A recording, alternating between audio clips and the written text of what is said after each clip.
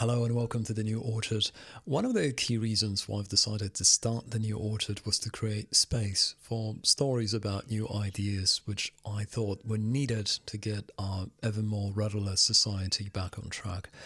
I've been doing this for almost 3 years, and in that time never really took time to explain the idea behind The New Orchard, the idea that sits behind the New Orchard name. What does it mean and where does it come from? Let me start with some foundations first. Western civilization was essentially built on 3 pillars. Greek philosophers taught us how to think, Roman law taught us how to organize, and Christian theology taught us what to value. Most, if not all things we take for granted today, rests on these 3 pillars, which have been in constant interplay over the last 2 millennia in one way or another. Every one of these 3 pillars has been under a constant assault for the last 100 years, probably longer. In ancient Athens, the agora functioned as the civic forum where political, commercial and religious life happened in public before equals. Compare that to our modern public square, which on a good day resembles a chaotic kindergarten, where difficult conversations are not allowed and hard questions are forbidden because these can lead to hurt feelings and emotional damage.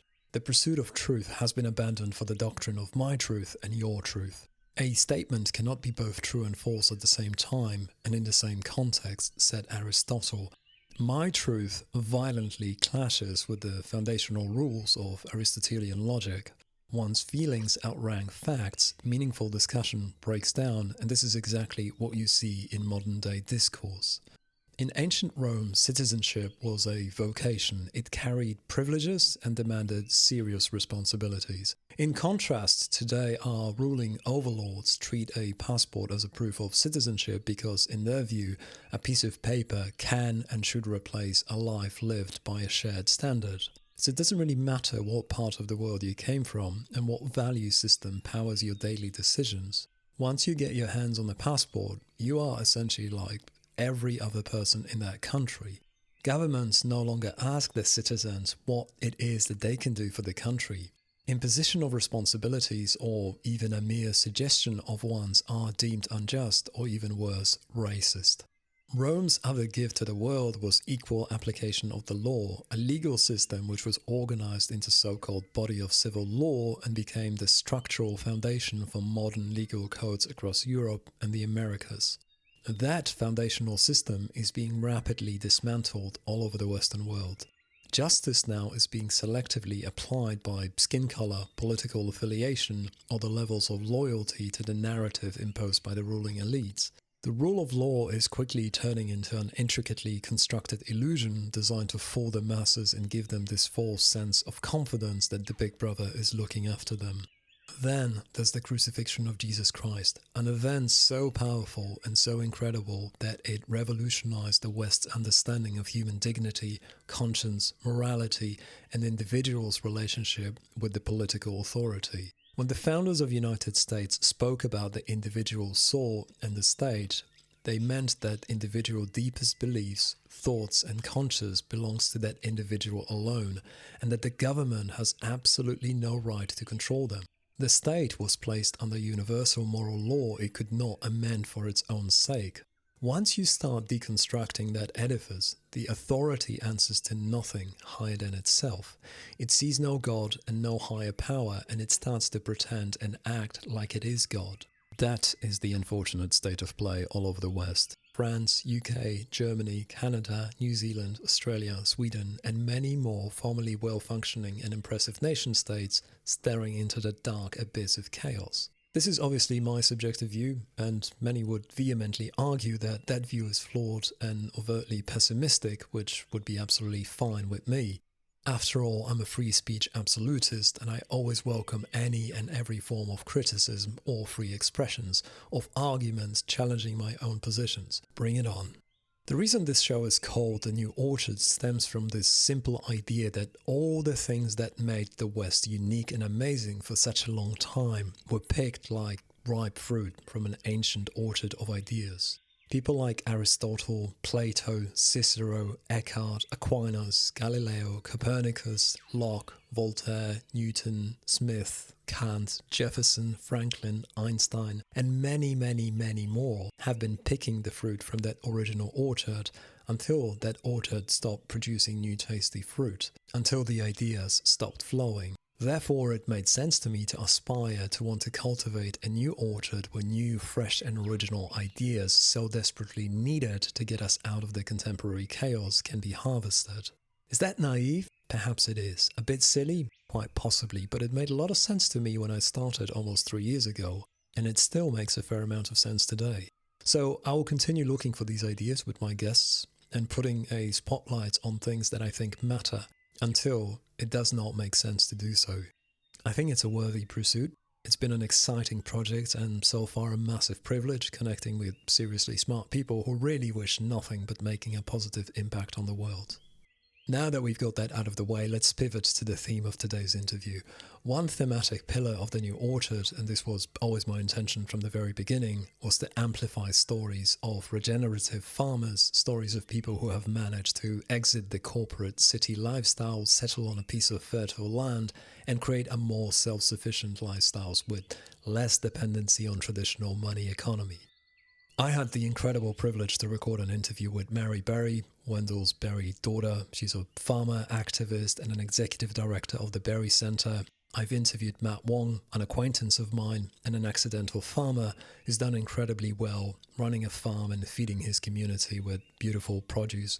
I talked to Jake Volke, a highly entrepreneurial innovator and a regenerative farmer, about how integrating young children into real farm work activates their minds and positively impacts their development well beyond what a city lifestyle could ever deliver, and more recently recorded an interview with Sam Marwood, founder of Cultivate Farms, which is a kind of matchmaking service that helps regular people connect with experienced farmers. If you're looking for a bit of inspiration, want to learn something new, or would like some guidance on how to get your hands on a piece of farmland that looks unattainable, I would encourage you to search my catalogue and listen to all these interviews. I think you would find my guest insights and guidance highly valuable. At least, that is my hope. That is why I'm doing this. Today's episode isn't really about farming. It's about what kind of civilization, what kind of configuration of society produces healthy families, healthy communities, and healthy souls. For most of known human history, human beings lived close to the land. Evidently not because they were chasing specific lifestyle, not because their political philosophy told them to do so, but because living close to the land was the reality of human existence for thousands of years. What I find remarkable is that the Bible begins there too. The opening chapters of Genesis are not set in a city, town, or even a village. It all begins in a garden. And the Lord God planted a garden in Eden in the east, and there he put the man whom he had formed. That's Genesis 2, verse 8. The Almighty God could have created the first humans anywhere. He could have placed Adam and Eve in a palace. He could have built them a city to populate. He could have easily fashioned a world for them in which every single need was effortlessly met. But according to Genesis, he did not do that. Instead, he planted a garden. He entrusted that garden to a family, and he gave Adam and Eve a vocation. That's Genesis 2:15. The Lord took the man and put him in the Garden of Eden to work it and keep it. Before there were governments, economies, or institutions, there was a husband and wife, a home, productive land, and most importantly, a sacred responsibility to cultivate and steward what has been entrusted to them. The story goes even further. Humanity's first commission is this: be fruitful and multiply, fill the earth and subdue it, have dominion over the fish of the sea, over the birds of the air, and over every living thing that moves on the earth. Dominion not as exploitation, but as faithful stewardship under the authority of the Creator himself. What do you think this biblical story suggests? Well, to me it suggests that meaningful work, family, creation and worship were never really intended to exist in separate compartments. They belong together from the very beginning. That is the ideal.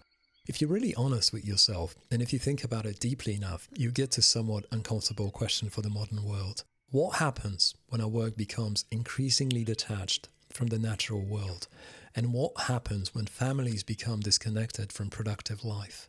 You must know this by now. Our relationship with the real world, with creation, is mediated almost entirely through screens, complex logistics networks, and colorful supermarket shelves. For some, I would hazard to say vast majority, this state of play is perfectly fine. It's just an expression of modernity and hyper-convenience. They love it. But for a small and steadily growing minority, something does not feel right in the way we have configured our lives. They are looking for something that is real, authentic, and spiritually nourishing. My guest today is Michael Thomas, Executive Director and co-founder of the Modern Catholic Land Movement. Michael lives with his wife and 6 children in Sharon Springs, New York, where they have a small apple orchard and sheep flock. They have been homesteading for over a decade. Michael, known in the online circles as Michael Thomas of Sharon, believes that the questions that are being asked by this minority of people who seek a way out are more than cultural. They are deeply spiritual. Drawing on Catholic social teachings and traditions stretching back centuries, the Catholic Land Movement seeks to help families recover a way of life rooted in stewardship, local community, productive land, and most importantly, faith. Whether you agree with that vision or not, the very existence and popularity of the movement invites us to re-examine this ancient question. Was the Garden of Eden a place where the human story began? Or was it something more? A blueprint revealing something enduring about how human beings were created to live. I am seriously excited that Michael has agreed to record this interview with me. It's been a couple of months in the making, but finally we're here. Let's dive in. Michael, how about we start with something simple? Can you walk us through the historical origins of Catholic Land Movement from its earlier 20th century roots in responses to industrialization to its rebirth around 2020? I'm keen to hear from you. What do you think sparked that rebirth in our current cultural moment as well? Right. Well, you took us on 100. That question spans 100 years right there, where the origins and then the contemporaries. So let's start back with the origins. In 1891, there was the first, what's understood as the first modern encyclical written by Pope Leo the 13th. And up until then, much of Catholic social doctrine was contained in letters between the Pope and heads of state, or various bishops and heads of state. Social doctrine was contained in various councils. But in 1891, in response to the enormity of sweeping change that industrialism was causing around the world, and as well as the various communist revolutions and so on and so forth, the Pope wrote for the first time to the everyday man. He wrote to the common person. And in that writing, he addresses, of new things, rerum novarum is the name of the encyclical. And he writes specifically to address the fragmentation, kind of negative consequences of industrialism and the negative consequences of communism. And so he suggests and argues for a type of principles that the good and just social order would possess. And those principles count as right to property, right to private property.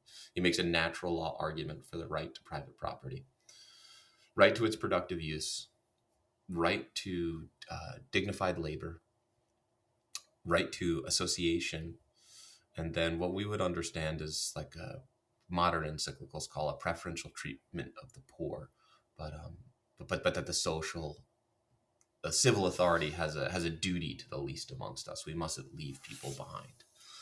So he writes this encyclical, and it's huge. The various polemicists, essayists, and writers of the day, the podcasters of the day, all discuss this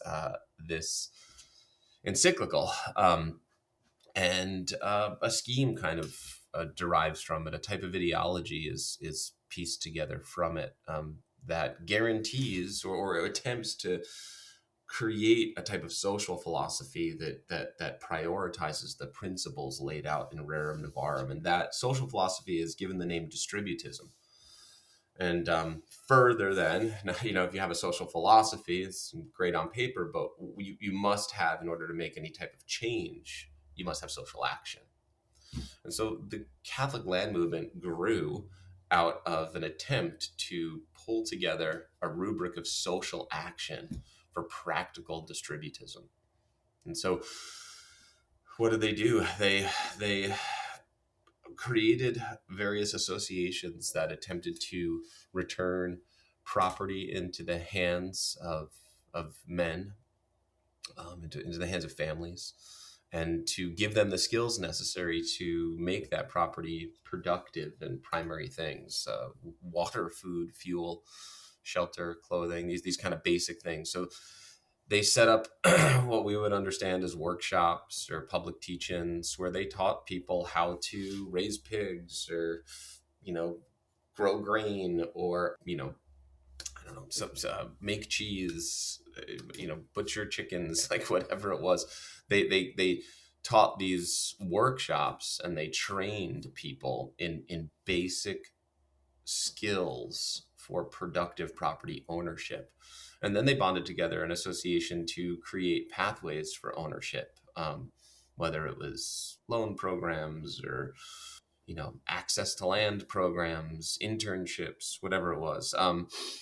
And this scheme was incredibly successful. In the 1920s and 30s, there were 6 land associations, over 10,000 families participating in the programs. There was a vocational training school, or what we would understand as a farm incubator, at a place called Priorwood Hall in England. And then the 1930s happened, and the whole thing kind of blew apart, and the Catholic land movement of yesteryear disappears. Not to get into it. There's lots that we have to talk about. I can go on and on about all the particulars related to it, but it disappears, and then it doesn't see.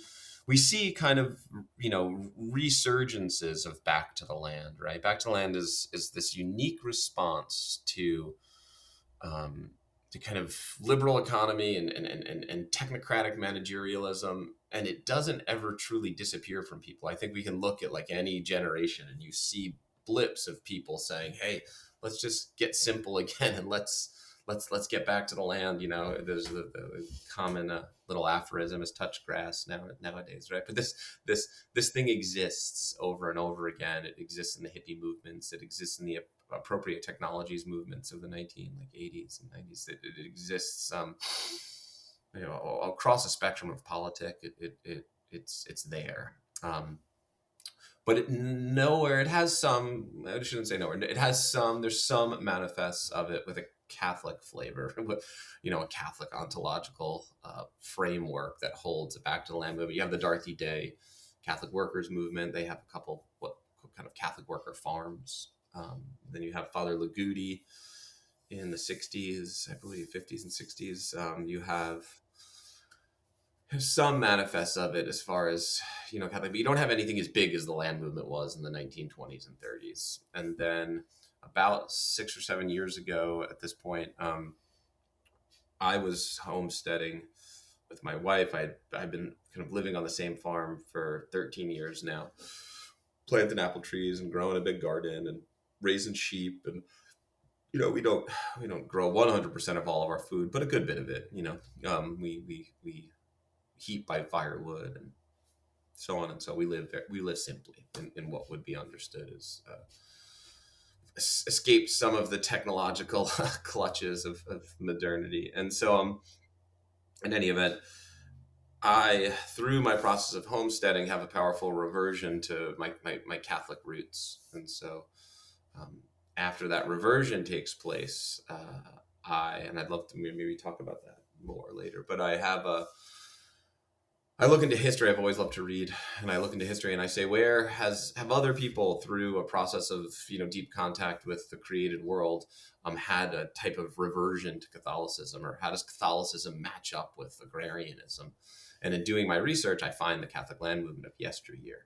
And once I read the scheme, and I kind of discover distributism, and I read more about distributism, and I just say, what a marvelous answer to contemporary questions, this ideology and social philosophy and practical movement was, boy, it should exist again.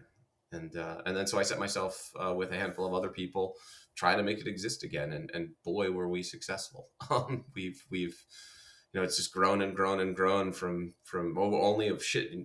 6 years is a short time, really. It's not all that long, but in that 6 year time span, we've met popes and traveled the world, and there's 80 functional chapters. We've had dozens and dozens of conferences, hundreds of workshops, tons of various private association groups, and hundreds of interviews like this. We've helped hundreds of people, if not thousands, uh, establish homesteads and return domestic production, into their household. The idea of domestic production back into the household, and so yeah, it's been incredibly successful, and that's the it has a we maybe talk about some of the principles that animate it and guide it as our discussion evolves. But that's it. That's the story.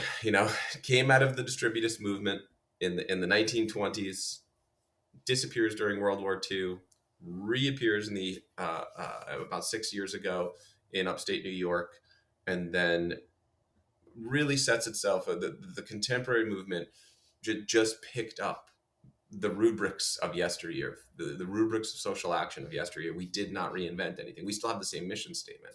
We just picked it all up and did it again, and it worked. I'm familiar with like the parable of the sower, and the seed gets cast lots of times, and sometimes brambles, and sometimes they grow, and then sometimes it lands in fertile soil. And so this current iteration of the land movement landed in fertile soil, and it's been a joy to watch it grow and participate with it. Over the past 6 years. Well, I'm really glad it did land in that fertile soil for you. I want to ask you this. Why frame the movement explicitly as Catholic? How does Catholic doctrine, such as emphasis on subsidiarity and the family as the core unit of society, really distinguish Catholic land movement from broader agrarian or homesteading initiatives? Well, I'm Catholic, so the reason to do it is because it's the Catholicism possesses the truth, and it brings a total consideration of the human. Which, if we're into homesteading at all, or these ideas of homesteading, we know that a total consideration of systems or a total consideration of the person is integral to an orientation which actually yields. You can't forget about the soil, you can't forget about the water, you can't forget about the sheep minerals, you can't forget about but all of these things, all of these temporal things, are orchestrated and sing a harmony towards God. And so you can't leave God out of the equation. When you get really deep into living a simple life in the land, I don't know many people who do that who don't have a type of spiritual reflection that is invoked, whether or not it's Catholic or not. Many people who live closely to the land have a type of spiritual reflection, a contemplative state is invoked in those people, and that contemplative state leads them to the consideration of higher things. Maybe it's just ethics or morals, but they keep getting higher, and the highest of which, right, is theology. And so, why include Catholicism? Well, because it's true, Patrick. That's why it answers the theological questions with truth and beauty, and by incorporating it, you create a framework where people don't just get distracted. It's funny. You just mentioned, there's many contemporary homesteading movements, and it's funny. I just actually met one. I took my kids to a maple festival. And it was that just around us in upstate New York, they have these maple festivals are like a thing this time of year. They've cooked off all the syrup, and everyone gets together, and all the syrup producers, the local syrup producers, put their wares out, and there's the ladies knitting the hats, and the bakery, and everyone, they all get together on a fairground or something, and there's the jugglers, whatever it is, the kids. My girls do Irish dance, so they were tapping away doing their Irish dance, and anyway, we were walking afterwards, and I come across this really, well put together booth for one of these homesteading movements, and it was totally secular, and I just wanted to talk to her for, I've been doing this stuff for a long time, and so I just wanted to talk to her, and the entire construct was predicated over of what it was motivated from. It was a beautiful thing. They were doing Catholic land movement stuff without the Catholicism. Learn how to take care of sheep, learn how to butcher a pig, learn how to garden. They were even associating gardens across a wide area so they could bring them to soup kitchens. So they were even doing like corporal works of mercy and stuff. But I asked why, what's the motivator behind this? What principles are compelling you towards action? And immediately the answer was, well, we can't depend on the supply chain, and any day now that the lights are going to go out and we're all going to be starving and hungry. And this very nice person, all of us, she was a lovely lady. She and what she was doing was really good. But then you got to the heart of it, and it was all motivated out of temporal fear. It was just fear, just a giant black hole of fear. I'm not going to have enough. I have to grow my tomatoes. And so by doing what the Catholic land movement does, and very much in the surface, it looks the same as what that was doing is, but our motivator, the thing that animates the Catholic land movement is those two great commandments: a love of God and a love of neighbor. So we're motivating from love. We're motivating from that ultimate truth. And it makes all the difference. It makes all the difference. If you've ever hung out, around people who are motivating from fear, you'll know that they can kind of go squirrely and get into the whole prepper mindset, or there can be a diminishment of the ability to contemplate higher things, and there becomes a material kind of obsession. Why include Catholicism in all of it? Because it's true, but also because it gives people a place to motivate from that is a bottomless well. Christ is a bottomless well of love, and so that's what you need. Anybody I know who's been successful in farming or small, sustenance agriculture or some of these other things, boy, when you encounter hardships and failures and the death of animals or the loss of a garden, boy, do you need a place to come back to kind of help pick you up again. And Catholicism, that Christ offers us that over and over again in our lives. And so that's why it's true, number one. And number two, it gives a great kind of ontological base from which to motivate from, that orients you well, doesn't orient you to fear or desperation. And then third, there's a huge social doctrine there's a huge history of social doctrine of the church that actually tells us to do this. You mentioned one of the words, subsidiarity, solidarity, common good. There's a whole set of principles, really, really well developed, very, very clear, very well articulated, very well integrated. Pope Francis writes about the confrontation of the technocratic paradigm. Pope Leo XIII writes about the confrontation of industrialism and communism and liberal economy, and there's a framework of social doctrine that is very coherent, and it answers a lot of the questions that I think so many of us are wrestling with, and it points towards a lifestyle like the Catholic land movement is purporting to support. So that's it. It's true. God loves us, and that's why. And there's a beautiful social doctrine of the church that makes it all harmonize from a social philosophy. I love that. I was listening to Practicing the Way podcast earlier today, where this dichotomy of love and fear you've just mentioned earlier was discussed in a very similar context. You are the second voice describing it to me today. That's very interesting. In a world of urban sprawl and digital destruction, what deeper spiritual and societal voids do you see Catholic land movement addressing by encouraging Catholics to resettle on rural land? Beyond practicality, what is the theological why driving this whole thing? I think so many of us are familiar or exist in a state where we feel distant from what is real, distant from deep contact with other people, distant from deep contact with the land and the created order, and ultimately distant from God. I think many of us can be kind of relate to the idea that the dominant forces of the world that we live in right now, consumer forces and the corporate forces and the government forces, aren't prioritizing our souls, aren't prioritizing us as whole people. We're like economic widgets in some type of materialist scheme. Our personhood is only substantiated by rights that some government tells us we have. We're not regarded as whole people. We're not regarded as families. We're not regarded as communities. We're just data points or economic widgets. And so and then that technocratic treatment of us builds a technocratic paradigm and a panopticon now, where people are distant. They can't encounter the real. In many ways, they're mediated by screens. Even relationships have become type of like commodity chips on all these social whatever it is. And so we live in this kind of technocratic, this managed technocratic reality that's not real. that is kind of a shadow, a shell, and is not real. It's not the wind on our face. It's not the sun in our eyes. It's not the dirt on our hands. It's not holding a baby. It's not eating a steak. It's not real.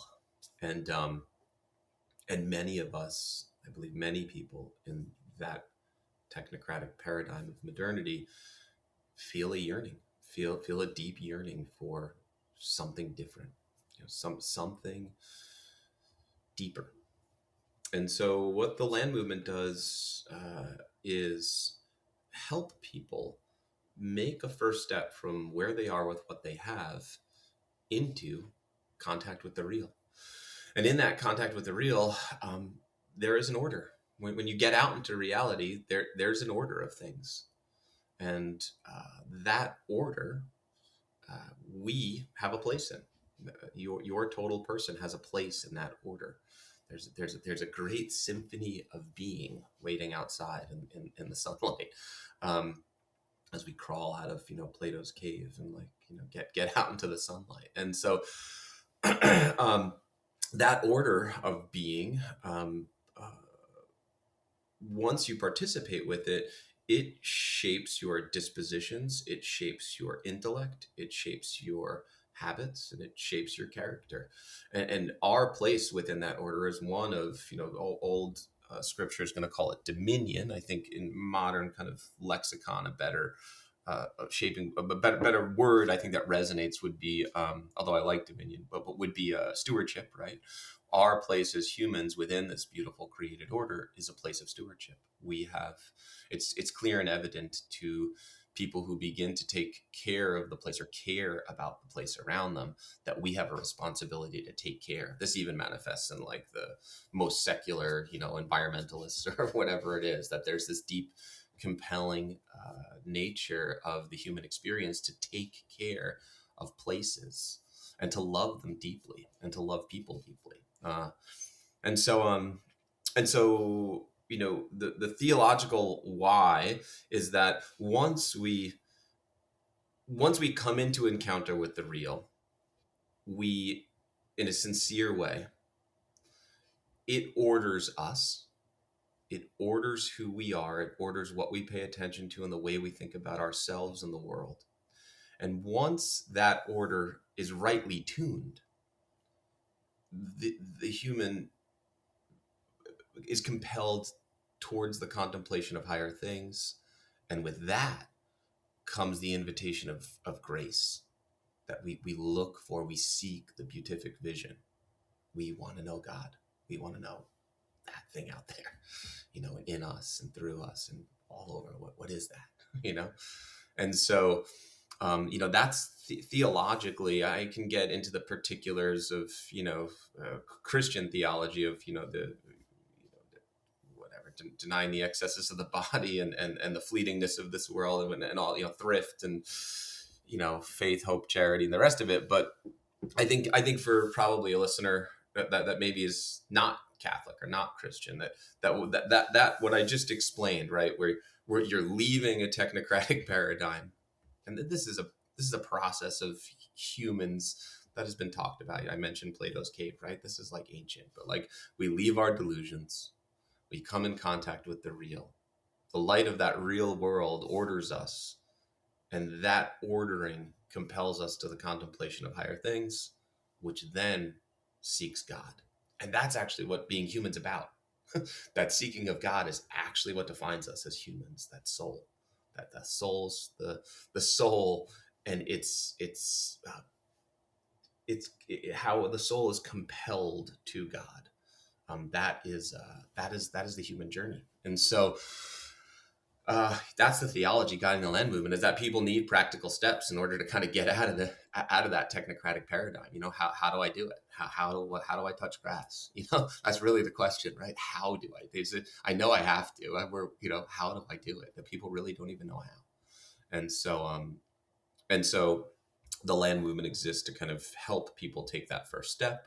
And then it rightly orders them and prepares them for that journey that's going to eventually lead to contemplation of higher orders in God. And so, and then it's going to give them answers there too. It's going to say, here, and and God came.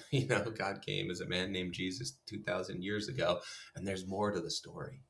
It can offer them the Christian revelation. And so that's the theology that's guiding it. It's a contact with the real, and in that contact with the real, a preparation of the intellect and the soul for higher things.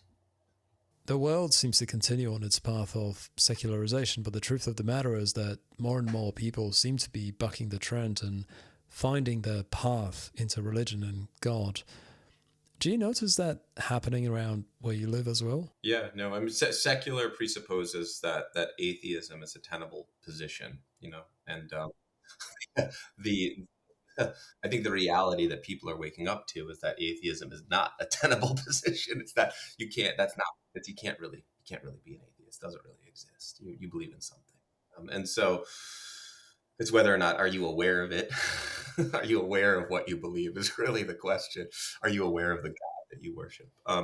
And so I think more and more people are waking up to the kind of lie of uh, liberal modernity, and that can't really, whether it's the consequences of cultural clashing of mass immigration, or the isolation and alienation that people feel from the economic and technological paradigm, the dissolvement of liberal democracy and a political kind of consideration, the lack of dignity that they're treated with, the dissolvement of the family, right? So like people are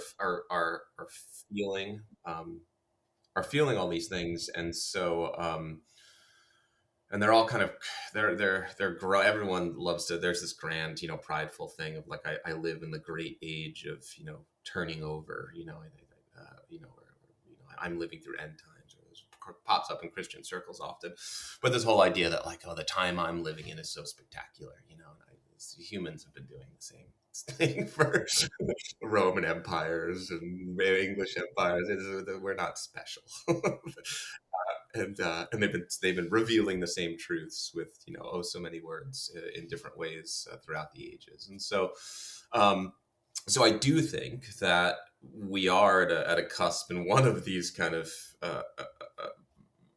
convulsions of humanity, just like in the industrial revolution. We are on a point where people are deeply considering very, very fundamental questions, and in that they're finding the perennial truths offered by faith, particularly Christianity, and particularly Catholicism. I think this year it's like millions and millions of people, and so you are seeing this. At the same, you are seeing this kind of return to Catholicism, and then as people return and their faith grows, which I think we're going to see over the next year, we're going to see more and more returns. Some of these people who have this return, that return will not only be spiritual, but it will also incorporate temporal aspects. That they'll be compelled to return in temporal ways too. and so they'll be compelled to live simple. They'll look at the social doctrine of the church and they'll say, what does the church tell us? How do they tell us to live?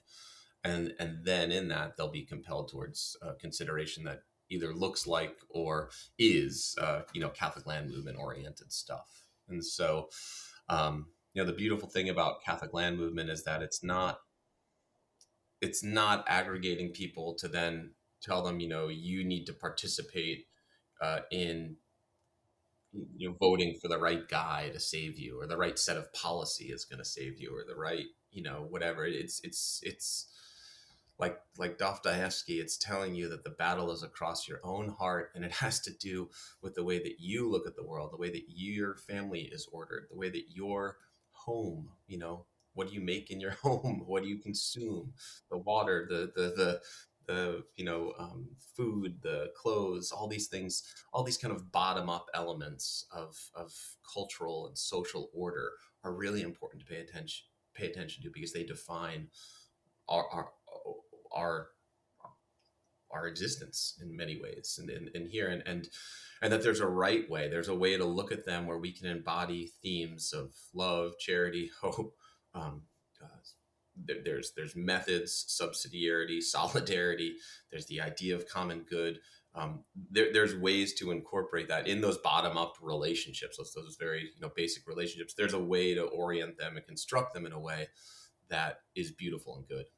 And so I think that more people, when they look at the mess of modernity, will continue to be compelled to the perennial truths, the theological perennial truths of the church, but that will be coupled with, for some people, a deep consideration of their temporal circumstance. That's going to have an effect on the way they consider their temporal circumstance, and then you'll see homesteading movements, and you'll see back to the land, and you'll see mass religious conversions.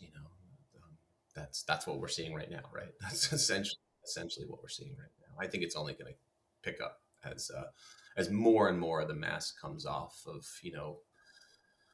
what's actually what themes, what's the theology of liberal technocratic managerialism, and as more people come into contact with the theology of that, more people are going to be revolted by it and say, I don't want anything to do with this. And they're going to look for alternatives. They're going to find it in the Catholic Church, and they're going to find it in a simple life, growing food in their garden with their neighbors.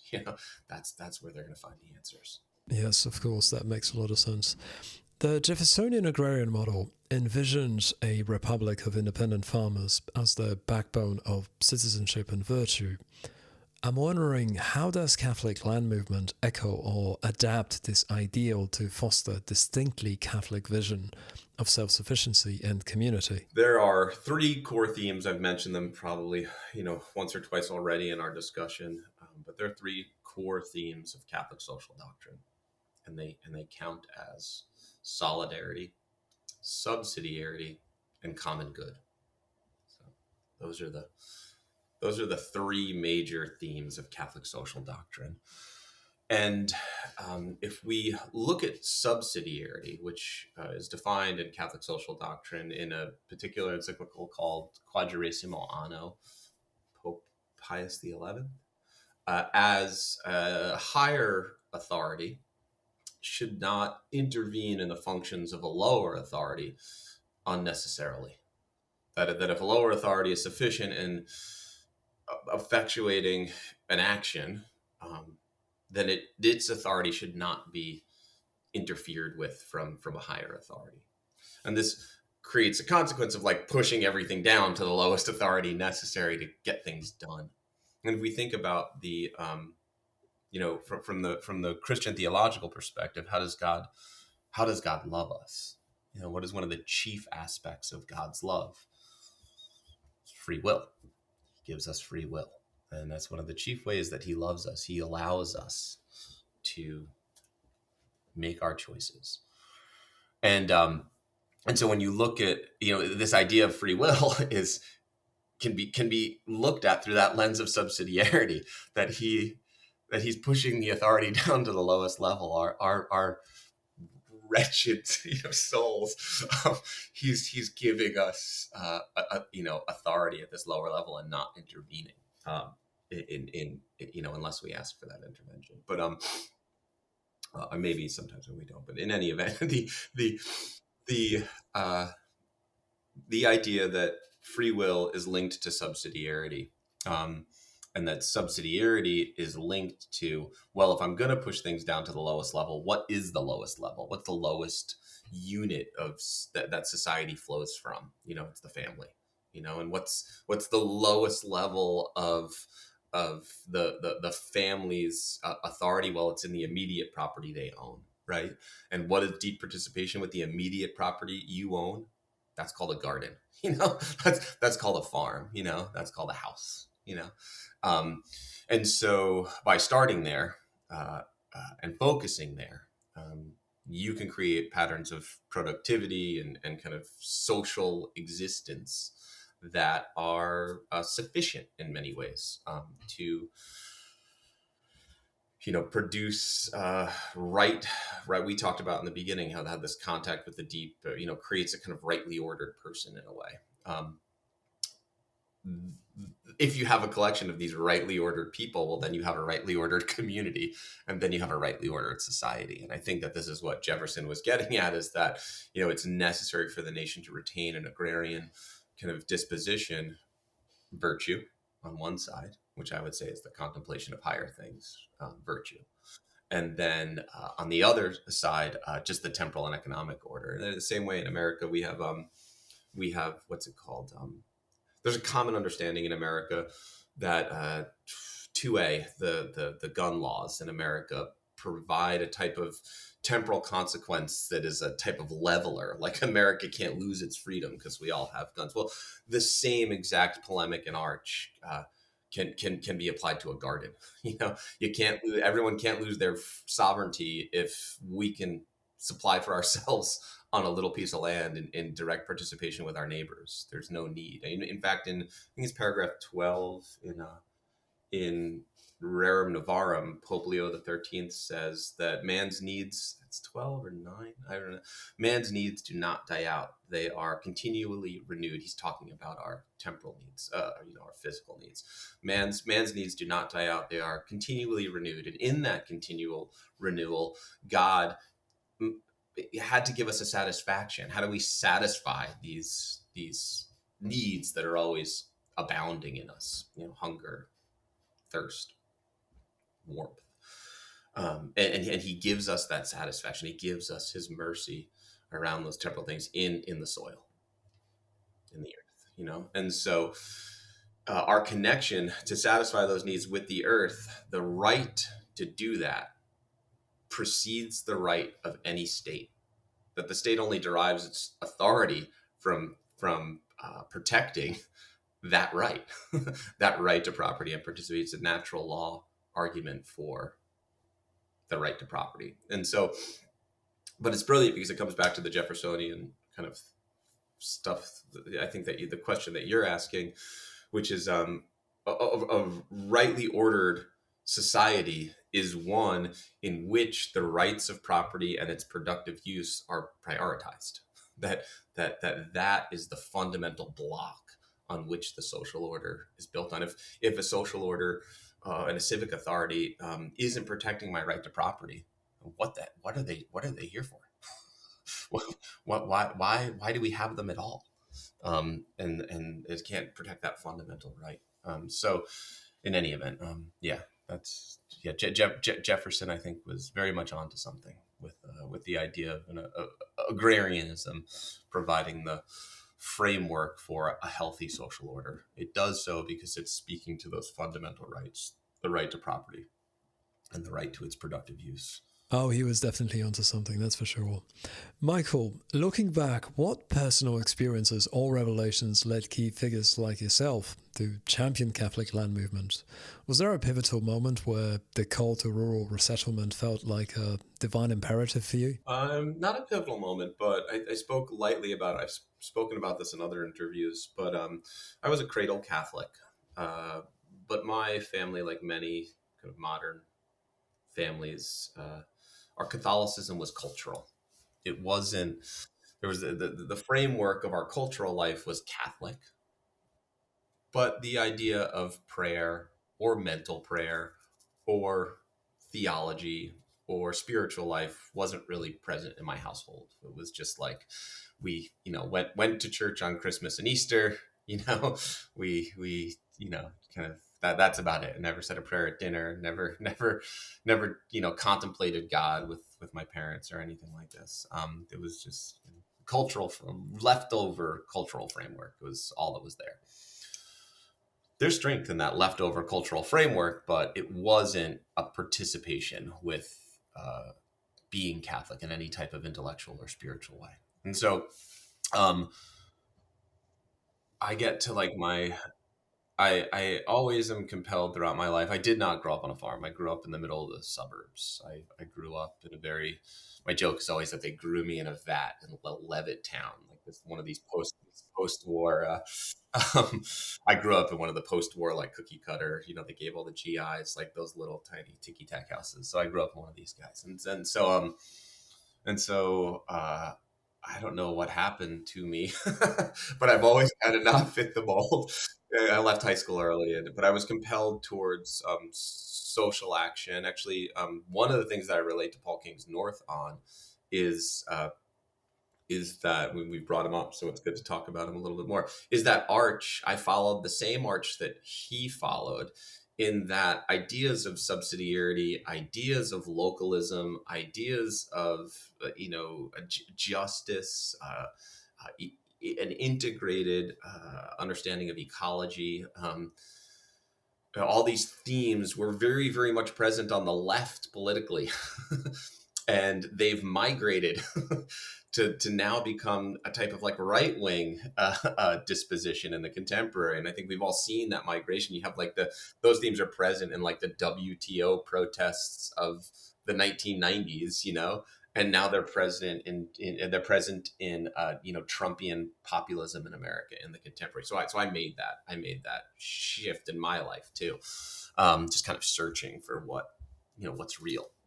And Paul writes a great article about this in some magazine somewhere. But in any event, the question was why do I feel compelled to this? Okay, so I've always felt compelled towards the helping contribute to the formation of a just social order. I've always been confused about how to do that, and I teach reading in like poor inner city schools. I become a paramedic to put myself on like the front lines of human suffering, to kind of like try and do some good.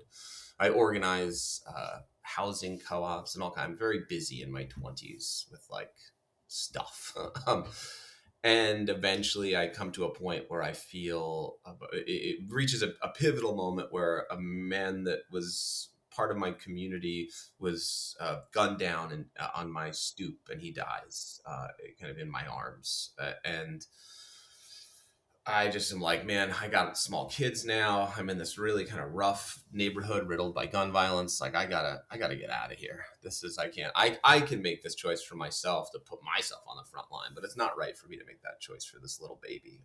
I should go out. So my wife and I save money and we buy a little, somewhat rundown farm in Schoharie County, an hour outside of the city that we were living in. And, still not Catholic, we dabble and spiritual stuff, and but not Catholic, just all kind of goofy. And we start to homestead, and I circumstances kind of come together where it allows me to kind of be home growing food. And it's pre like all the property being so expensive and everything else. Like nobody wants to live on this rundown old farm on the outskirts of town, and so we just live a very simple life, and it's quite beautiful. And I'm and it gives me room. That process I've talked about multiple times now in this interview, that process of contemplating higher things emerges in me, and I start to read kind of voraciously. And I start at the beginning, like I start, Plato, Aristotle, on and on and on I go. I find Aquinas. I find Catholic, thinking and philosophy, and I get convinced of like deism. I get convinced that there is this kind of logical proof of God. Is he Catholic? I don't know. Whatever. There's logical proof of God. And so I kind of am like vaguely deist at this point. And then I'm planting trees and working on the land, and I can't help but feel the presence of all I can describe it as like an animating force that's moving things, and it's moving me too, and it's present. And I have like, I feel compelled to pray. And so the only prayer I know is the prayer my grandma taught me: Ave Maria, gratia plena, Dominus tecum, benedicta tu in mulieribus. You know, I'm praying Hail Marys, planting trees, feeling a presence. I'm reading, and I'm convinced of like the logical proof of God. And then one day I would sit and I would meditate. And I was sitting one day and I was meditating and I was looking at an oak tree, or just kind of like emptying my mind. And, they popped into my head, what would I feel like if I was the oak tree? What would that feel like? And I look at the oak tree and it's like being chewed up, and it's, branches broken, and it's mold, mushrooms, and it's half dead. It's big old white bur oak, just like standing in the field. But then all this life is pouring out of it: birds and squirrels and little foxes, and like there's this acorns, and just like this fountain of life, this mix of life and suffering, mixed together. And it's like, bam, Christ. This is the only point of like revelation I can explain, but I get that Christ is a component of God, that he was present, that God came into this world and suffered, and through that suffering brought new life into the world. And that's a continual process that's going on like all the time.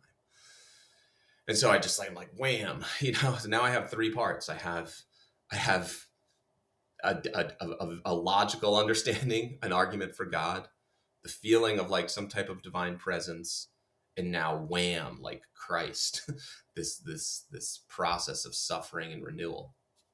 And I walk up to the house and I'm like, to my wife, I'm like, I think I believe in the Trinity. I think I'm Catholic, and she was like, yeah, I think you probably are too. And we both chuckle. And that starts off a process of like sacramental Catholicism. Eventually I get back to my Catholic roots. I return to like sacramental Catholicism, and that just grows. Then I discover the liturgy, and then I really discover the Gospels, and then I take retreat time and read the Gospels over and over and over again, and I get to know Christ more deeply, as a disciple, and then my whole life changes. My family changes. The structure of my family changes. We incorporate prayer. We're going to church regularly. Everyone gets baptized, and all this confusion and turmoil that I had felt about life, living in a city and dealing with human suffering. I was kind of like angry with God. I was like, the third brother, Kamazarov. Like I was unhappy fundamentally, and unresolved and conflicted and angry fundamentally. All of that sorts itself out through like a willful submission to God's order and my place in it, and a desire to love God and love my brothers and sisters, and then to trust God. And so like I finally get to like the Aloysia, just like a child, again. And so it's beautiful. And my family's ordered, and like my life is ordered, and it's just like this beautiful experience. And it unfolded because of a deep contact with the created world. And so when I looked and found the land movement, I am compelled now to help other men and women and families get out of that confused spot and into the light of and presence of God, like in their life, and with the way that they interact with the world. Not to say that I'm slipping and falling all the time. This is mea culpa, but the that's what compels me now. I feel like I was given this great redemption. I was given this great gift in my arc, and I have a duty to share that with other people now. I have a duty to help other people make that arc, and to come and encounter Christ and come and encounter the truth of the church. And so that's what compels me. That's what compels me to do this now. And I see the desperation of modernity. I see the people kind of in the maw of the technocratic machine just being chewed up. This is maybe my biggest difference with Paul. Sorry, we're just bringing up Paul a couple times, but maybe it's your British nature that I, that I just want, but the the there's a focus in the recent machine book on diagnosis, heavy on diagnosis, and I feel like I'm heavy on prescription. Where like I've seen that diagnosis, I've chewed it over. I think Laudato Si, the first half of Laudato Si does a great job. Whatever throughout my life, various iterations of like awakening, whether it was a lull or I go on and on and on. You can go through like, wow, the technocratic societies is a real disaster. But I feel like Paul kind of falls off on when he gets to prescription, where I feel like the land movement and my work with the land movement is just heavy prescription. In fact, like I almost don't need the diagnosis if I'm living the prescription, which is love of God, love of the created world and good stewardship and love of my brother. If I'm doing that, then like everything else it all falls away. It doesn't matter. It's like it disappears. That's why I'm compelled to do the work that I'm compelled to do. There's a lot of suffering souls. There always has been, but technocratic modernity is pretty bad right now. And I believe that this prescription of deep contact with an integration between the land, community, and God is critically important to any type of restoration. And I see the land movement as playing a very pivotal function in that, in that restoration. And so that's why I'm compelled to do what I'm doing. Well, that is a beautiful story of transformation, Michael. The audience will be very interested in how you're going to answer this next question. Can you detail the step-by-step process for families interested in resettlement, from initial inquiries via your website or email to assessing land options, receiving advisory support, and integrating into local chapter or cluster? Can you talk a little bit about the process, please? Yeah, sure. So it looks different in every place. In order to make the first steps towards any type of restoration, you have to start waving a banner. You have to start associating and aggregating people who are compelled to a change, or people who have already made a change. People like myself or other people who have been homesteading for a while now, right? You have to create a banner and like a rally point for those people to encounter one another. And so that's the first thing that the land movement does. Now we really believe in that idea of subsidiarity, which we've covered a little bit in this interview. You can't just give people like a uniformed like do XYZ, right? Because it's not going to be reflective of the particulars in circumstance that they will encounter in the immediate. And that's the whole idea, right? We're trying to restore a contact with, a recontact with the immediate, with the real. Going out and encountering the real in New Mexico is very different than going out and encountering the real in upstate New York. One's like a desert and one's a rain-fed, a temperate, deciduous forest kind of, plains and stuff. So it's just very different. So you need, in order to navigate the particulars, whether it's the environmental particulars or whether it's zoning laws or whether it's economic realities, the economic reality of upstate New York. You can actually still afford property here, where Southern California, you can't. So the idea is that the land movement creates nodes of authority and leaders who are trained in the principles and social rubrics of Catholic social doctrine, subsidiarity, solidarity, common good being the three driving, motivating principles, and that they begin to wave a banner and aggregate and associate people around those themes in their locality. And so people always come to me and ask kind of the question like, I want to resettle, where do I go? And it's like, like, who are you? Is the first question. You're not like, people come to me like, all I have from modernity is like no identity and a deep desire to get out of it. Like that's who I am. But it's like, no, no, no, like if you grew up in a four season place and that's what or your requisite talent or professional skill or whatever necessitates that you're near an urban place, or like there's going to be a suite of circumstances particular to you that's going to tell you where to go. And so you have to listen to it. You have to understand yourself, and then you'll figure out how to get where you're going. And then I can say, oh, look, where you're going, there's this group of people who are waving a banner around the type of life that you want to live. What are they doing? Oh, look, they're putting on workshops on how to butcher pigs, and they're praying the rosary together. They're doing vespers together. They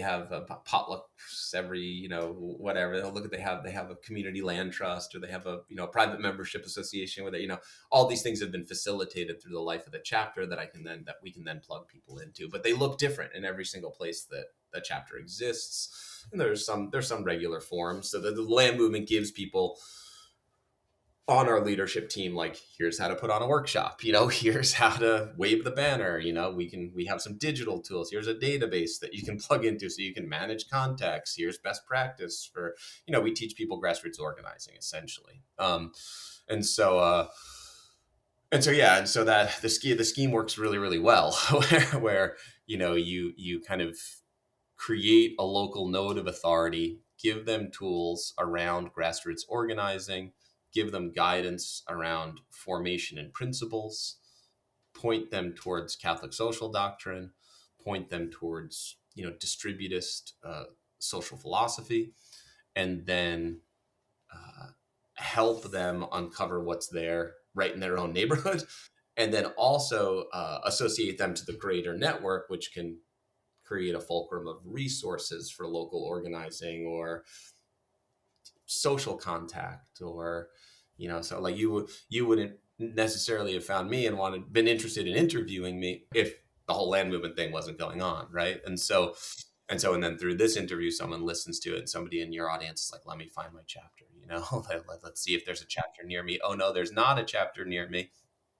Maybe I should start one. Let me call Mike, and then we have a conversation, and a new chapter gets started. So that's kind of that's the process of Catholic land movement, and what it's doing, and it grows. In some places, it's we'll be starting off in western Pennsylvania. There's going to be a farm that was funded through a chapter, uh, uh, through the action of an organization that was created from like land movement and with land movement contact.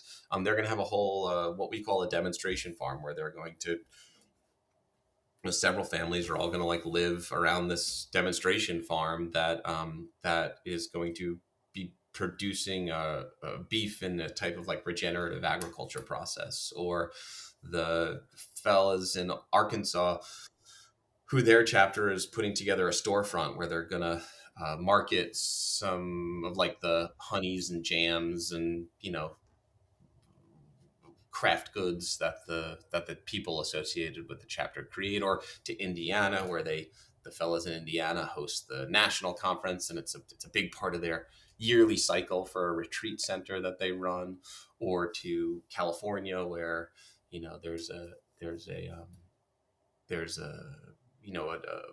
chapter that's associated with a ranch, and that ranch runs spiritual programming and kind of homesteading programming. Or to I could just keep on going. Like it looks a little different. The folks in Oklahoma who are oblates on the outside of a monastery there named Clear Creek, and they're using the land movement as a rally point for that community to fundraise for various things that their community needs to function better. They needed a big event tent, and the land movement helped them learn and execute fundraising, organizing, so they could get this tent, so they could put on bigger events, and so on and so forth. Like, it looks very different in all the different places it's in, but it also kind of looks the same too. There's workshops on butchering pigs and making cheese, and keeping beehives and planting a garden. And anybody who's really interested in land movement can go onto our website at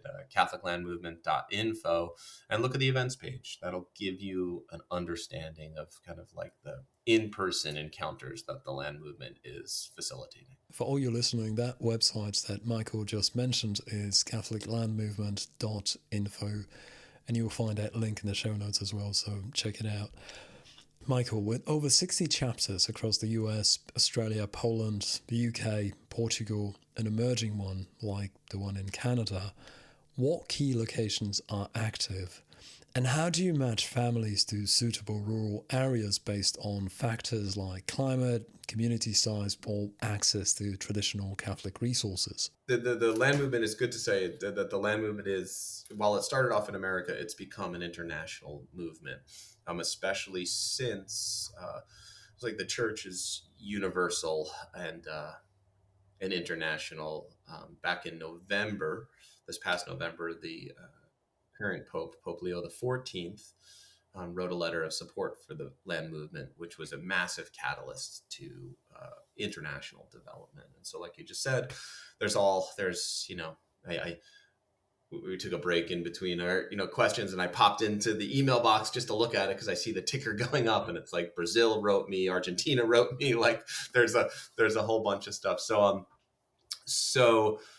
land movement, as we've kind of covered, is very, very focused on creating a local node of authority in kind of execution or in animation through that principle of subsidiarity.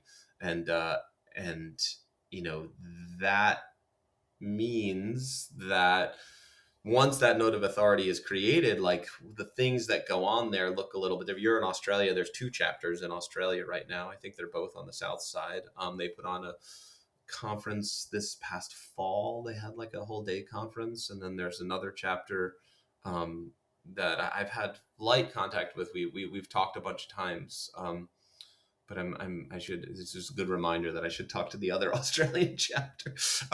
But yeah, there's all different steps. How do families connect with it? They're going to go to our website. They're going to look to see if there's a chapter near them on our map. If you go to our website and click on chapters, you'll see a map there. When they fill out a contact form for the map, for their locality, that's going to go right to the local leadership, who then is going to plug them into whatever's going on in their locality. Whether it's a conference or a private group or just a little day workshop or a feast day that they're going to celebrate. I think Indiana just did a beautiful Rogation Day, which is a liturgical rite for kind of land blessing from the Catholic kind of liturgical calendar. Indiana just redid a Rogation Day last week. So there's all the different chapters are doing so many different things, and people connect to it. How do families connect?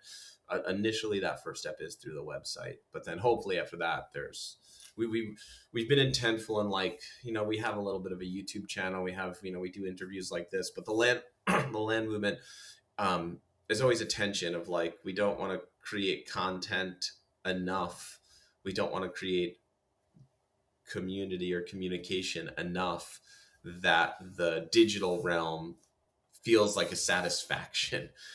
All these tools should only be tools that we use to drive people as quick as possible into real encounter with other people. So you'll kind of almost see that in the way that the land movement presents itself digitally. It's kind of sparse, only what's necessary to be there is there.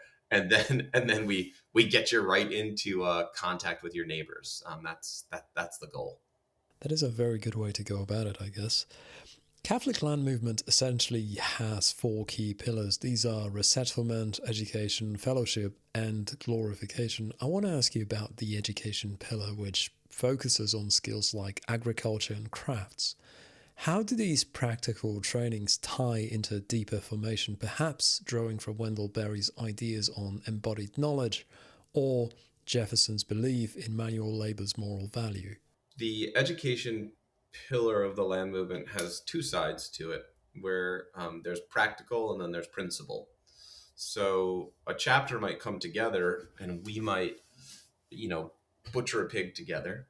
And every land movement event is always going to have prayer, liturgy, and sacraments interwoven into it. So you're gonna butcher a pig, but then you're also going to pray vespers. You're so that's that encounter of the whole person at a land movement event, including the questions of our soul.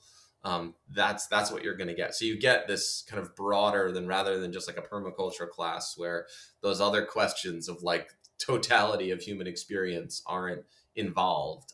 The land movement's really trying to meet the whole person, the family, and integrate them into like a social, a unit that's a community. So it's kind of a unique space like that it's you're going to go and you're going to butcher a pig, but then you're also going to spend 10 minutes praying with people, and then like a small discussion on mental prayer or something. So in any event, the other side of the practical stuff is that we also put on principles.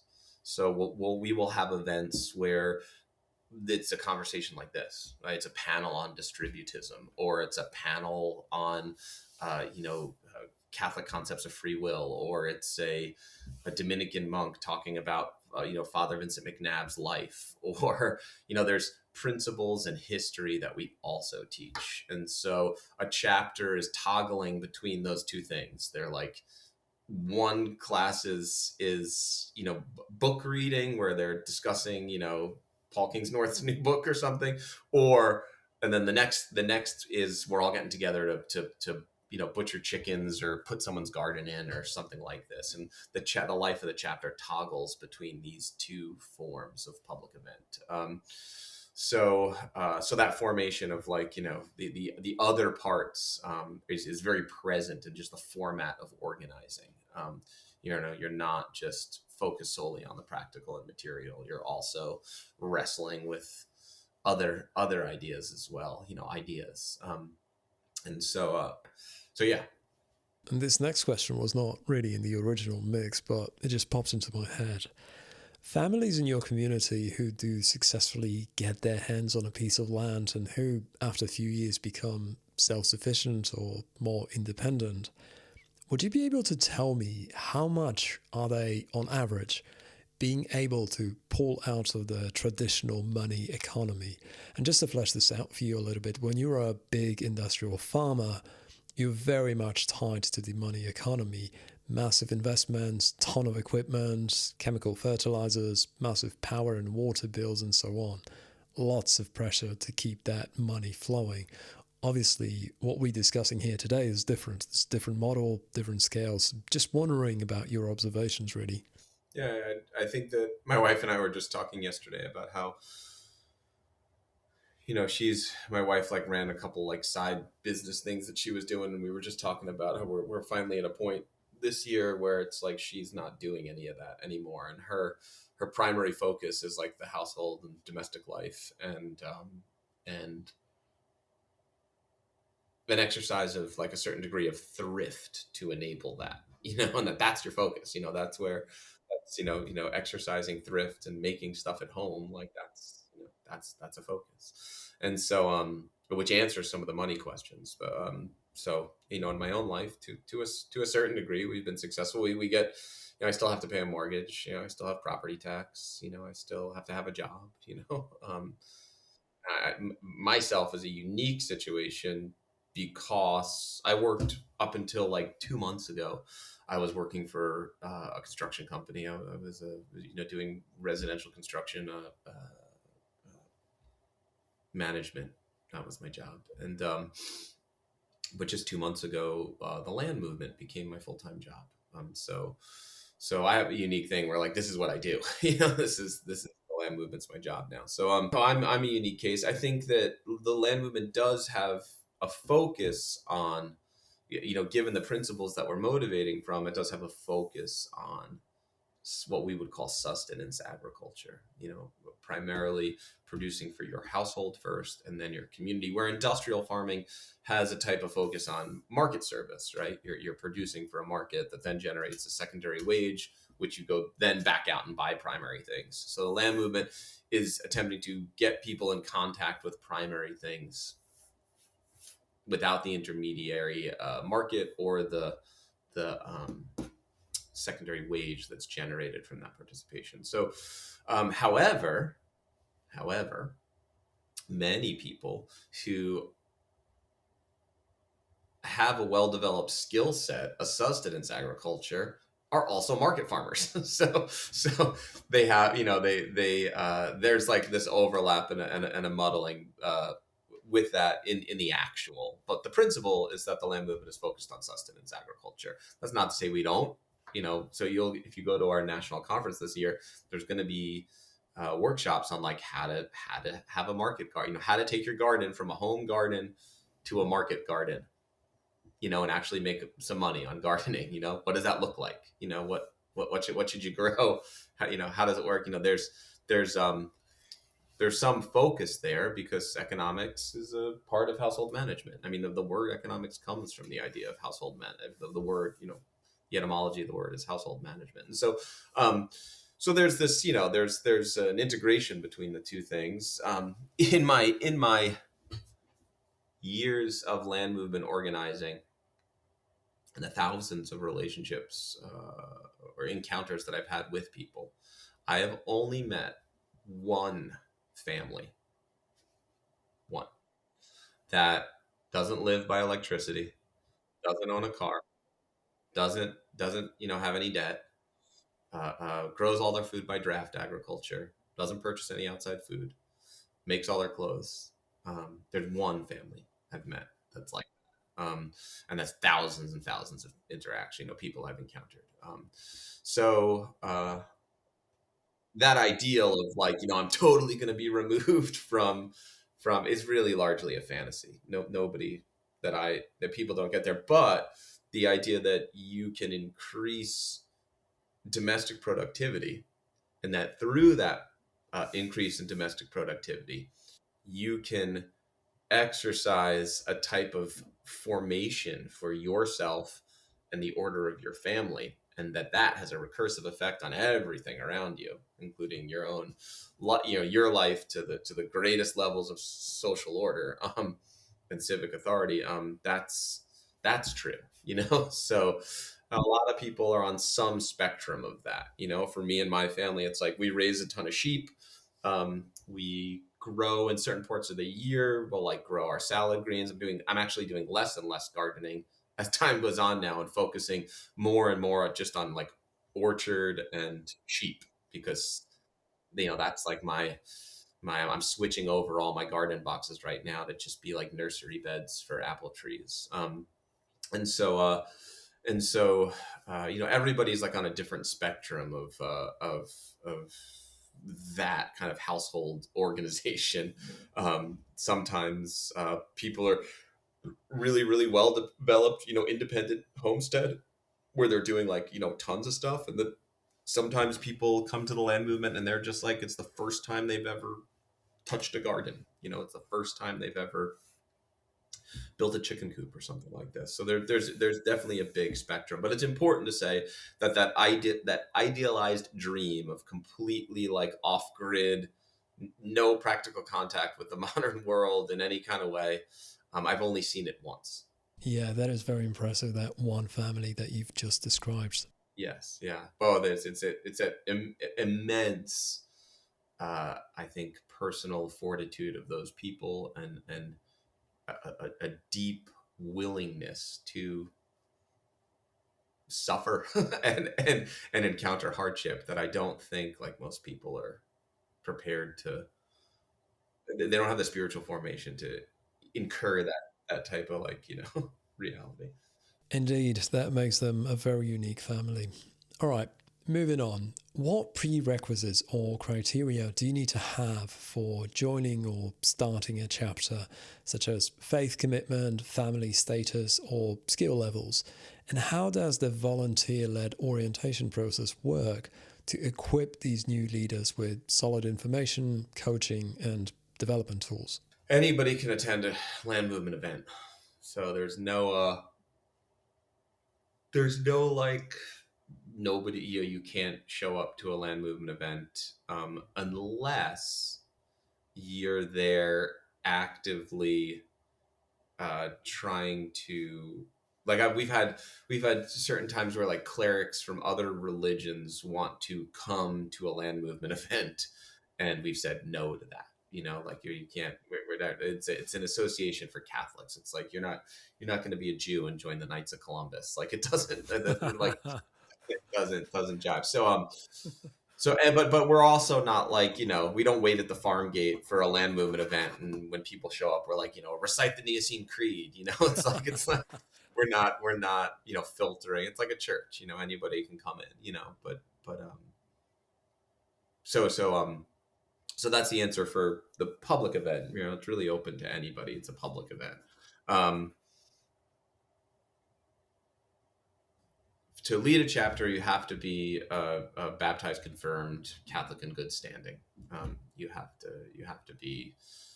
have fidelity to the contemporary magisterium of the Catholic Church. And so people come to us and they say, "Oh, there's not a chapter here. I'd really like to get stuff going." They sit through an orientation with me that usually, to different people, takes different amounts of time. That was discussion based, but it's pretty formulaic. We go through all the principles, the mission framework, and what we do and what we don't do, and then the duties and responsibilities of leadership. And then once we turn on their chapter on the map, then it kind of balls in their court. Once they get events rolling, it's not hard. Just like have a potluck, have a potluck and introduce the land movement. Put you got a note on a map, write the people on the list, and then you have your potluck, and then from that it grows, right? And then they engage and interact with me, and then we'll give them the kind of more squeaky they are, or the more their organizing is taking traction, the more formation they incur. The more they get. Here's how to put on a good event. Oh, do you need a way to get RSVPs because for your, oh, look at, we have this piece of software we use. Oh, okay, you need to you need a little bit of money to get flyers out of it. Here you go. Like, oh, you need to how does hospitality work and food at a land? Okay, here you go. Our chapter wants to buy a piece of equipment together. Okay, well, here's and so they kind of develop and grow in interaction with the main land movement on a like ad hoc basis in response to the growth of the chapter. And then there's like resources and templates and discussions and coaching, and like we're always here to do. So I just flew out. There were 5 chapters starting in the Pacific Northwest, like all at once. I don't know what happened, but there was like 5 chapters, like in a string, that all started. And so for their first event, for like all 5 of these chapters, I went to the Pacific Northwest and did a talk, and like I did a land movement talk, and it was like their kickoff event. So we did 5 kickoff events, boom, boom, boom, right in a row.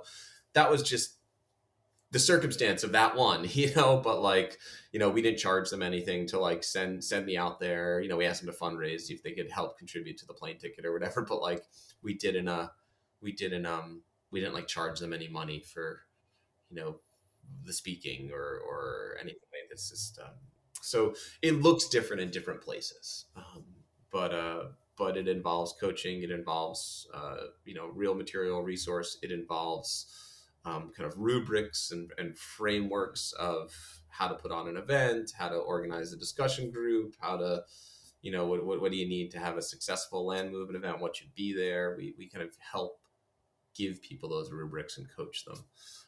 And then as the mission develops, we kind of follow along. Michael, what challenges have you faced in scaling CLM, from regulatory barriers in places like Australia to maybe cultural resistance? And how do these challenges reflect broader tensions in reviving these classical agrarian models today? I think the biggest barrier to land movement development that has recently been like kind of gotten over, at least for a period of time, is just having the resources to have a staff to commit full time to the desire of growth, because like there was just an absolute tsunami of interest in the land movement, and so we'd get like hundreds and hundreds of emails, and we just to everybody who we haven't been able to answer, I apologize. It's where we just have me as the first staff person for land movement. I've only been at that for 2 months. I like just caught up to most of my emails like last week, and so that's been the hardest thing, is to negotiate the amount of interest. Like, people are very, very hungry for a practical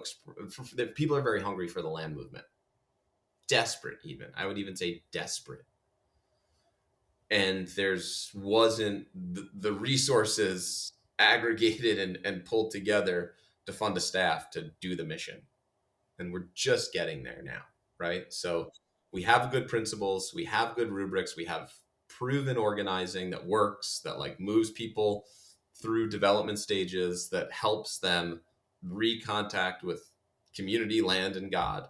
It works. Our prescription works in many ways.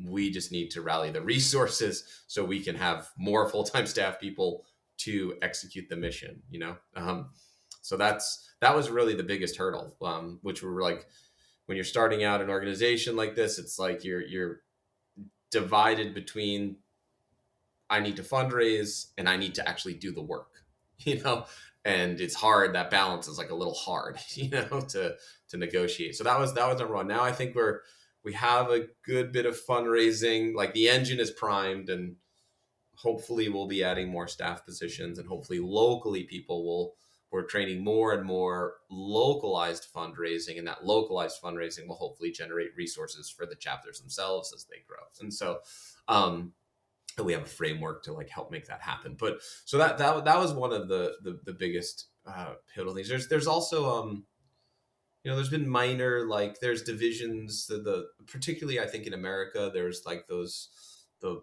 political binary in America is really, really extreme in many ways.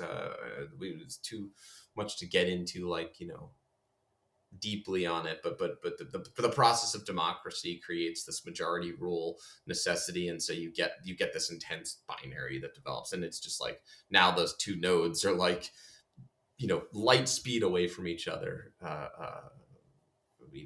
It's getting more and more extreme, and that that political binary, of course, then pulls on Catholic identity. And so I think the land movement navigating that, as particularly in America, has been an interesting thing, because the land movement is motivating from like a type of third position, right? Like it's refuting communism and kind of the aspects of that stuff, and it's also refuting economic libertarianism, like where it's telling both extremes, like that, like maybe there's a third way that prioritizes, families and good stewardship and other things. So some of that has been interesting, that like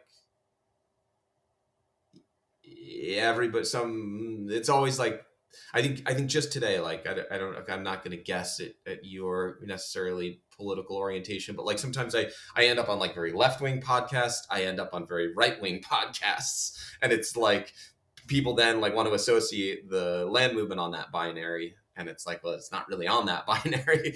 It's like this third position, that's kind of separate, not even a mediator between the two, but like a completely other third position. And so getting people to understand the third position nature of the land movement, I think, has been hard, but I think it's picking up more and more speed. While it's third position, it's definitely deeply reactionary. So I don't know. It's very interesting. So that's been an interesting thing. What else? There's the liturgical, strife and struggle in the church. We've had bishops really love us. We have like 9 bishops who have written us beautiful letters, and then, there's been other points where the liturgical life has like tension. I don't know, if you're not Catholic, I didn't ask you if you were, and so I don't know, but there is this like liturgical tension in the church between progressive liturgy and traditional liturgy, and the land movement just is this beautiful expression of like across the liturgical spectrum, from Novus Ordo to Usus Antiquiter to Eastern Rite, and there's all of that is expressed in the land movement. It's beautiful, and so people wrapping their heads around that too is like that's hard for some Catholics. Yeah, making the balance between I think one of the things is that people get into organizing sometimes from a leadership perspective and it stresses them out. And so striking the balance of one of the things I'm constantly coaching people in is this is not like we're not packing our families into like covered wagons and riding off into some utopian enclave that we're going to build a wall around. Like that's your like correcting that to say no, no, no, we're associating people where you are with what you have, and you're going to take small steps in the restoration of community right where you are, and it's going to be small and slow, and you're going to build this anecdotal body of encounters with people where you are all kind of like moving together and building real communities. That's community is not something that you can set a bunch of principles up and like create a scheme for, and then you go like implement it, and you can like sell shares to it, and people buy those shares, and then they're magically your community member, and like and then everything works. That's just that's not how it works. Community is a slow growth of relationship, and then loyalty and fidelity to one another, and interdependency and contact with the kind of total human, watching your friend have his first kid, or being there when his parent dies, or like whatever, these are the encounters that build community, and that takes time. And so it's not something you can buy, which is so foreign to the modern mind. It's like, I want something, I desire something, I buy it to satisfy that desire, instead of I plant it and grow, and I tend it, and I steward it. Like, this is just not the modern intellect. We want something satisfied, we purchase it. So we purchase the satisfaction.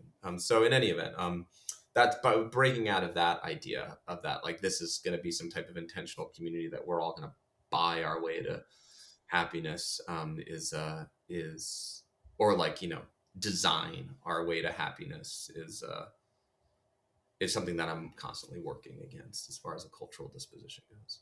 I think I have a good follow up to that. For those people in the audience who are ready to act now, essentially, how does Catholic Land Movement facilitate connections like visiting local Catholic farms, or peer to peer education, or building rural clusters? And what best practices do you offer for overcoming common hurdles like financing or skill gaps? Yeah, so the land movement is essentially boils down to facilitating encounters. It's events. One of the little pieces of rhetoric I use that I like is like, Patrick, you and I, we're mediated right now by whatever millions of miles between us and this screen. But let's just pretend for a second that we're sitting next to each other, right? And we've had this beautiful discussion about the world and agrarianism and all, the Catholic land movement and everything else. But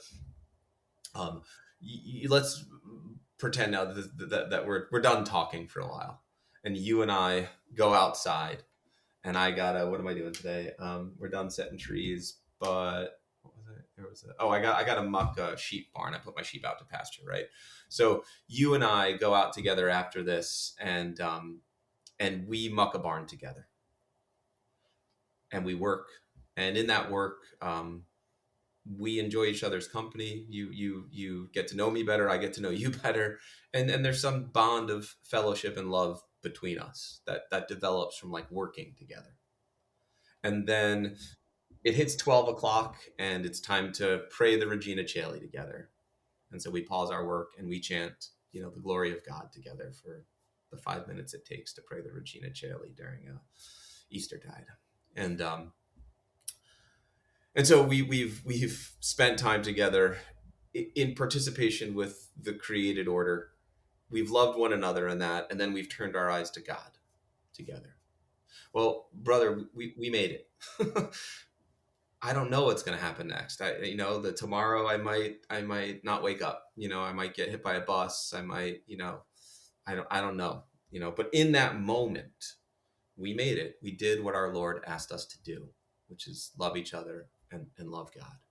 And so the land movement is attempting to string those moments together, not in hope for, some utopian material condition, but for hope that those moments strung together will lead our souls to God, will lead our souls to the beatific vision. And in some way, with the help of the Holy Ghost, will maybe unmuddle this messy place that we call home for this little bit. And so that's what the land movement's attempting to do. We're attempting to create those moments of encounter and string them together, and then invite the Holy Ghost into the process, to see. And we have some ideas about where things can go. We have good rubrics and best practices that have developed, and we share those. And but those moments are what's important, and creating the occasion for those moments more and more often is what we're focusing on. And so that's it. So today we're at my barn, and tomorrow we'll go over to your barn. Whatever it is. That's what we're trying to make happen. Well, wouldn't that be something? Let's go back to another Wendell Berry inspired question. Berry emphasizes placing oneself in a locale with responsibility and affection. In what ways does Catholic land movement encourage participants to cultivate this sense of place, integrating it with Catholic tradition like stewardship of creation? Yeah, anybody who's going to get deeply involved with agriculture is going to have this rediscovery of place. So agriculture necessitates particular, the dirt, in Wendell's home of Kentucky, and the steep hillsides of Kentucky, is different than the rolling pasture lands of New York, where I come from. They're different places. They have different, if he goes and plows the side of some Kentucky hill, it's going to fall into the river.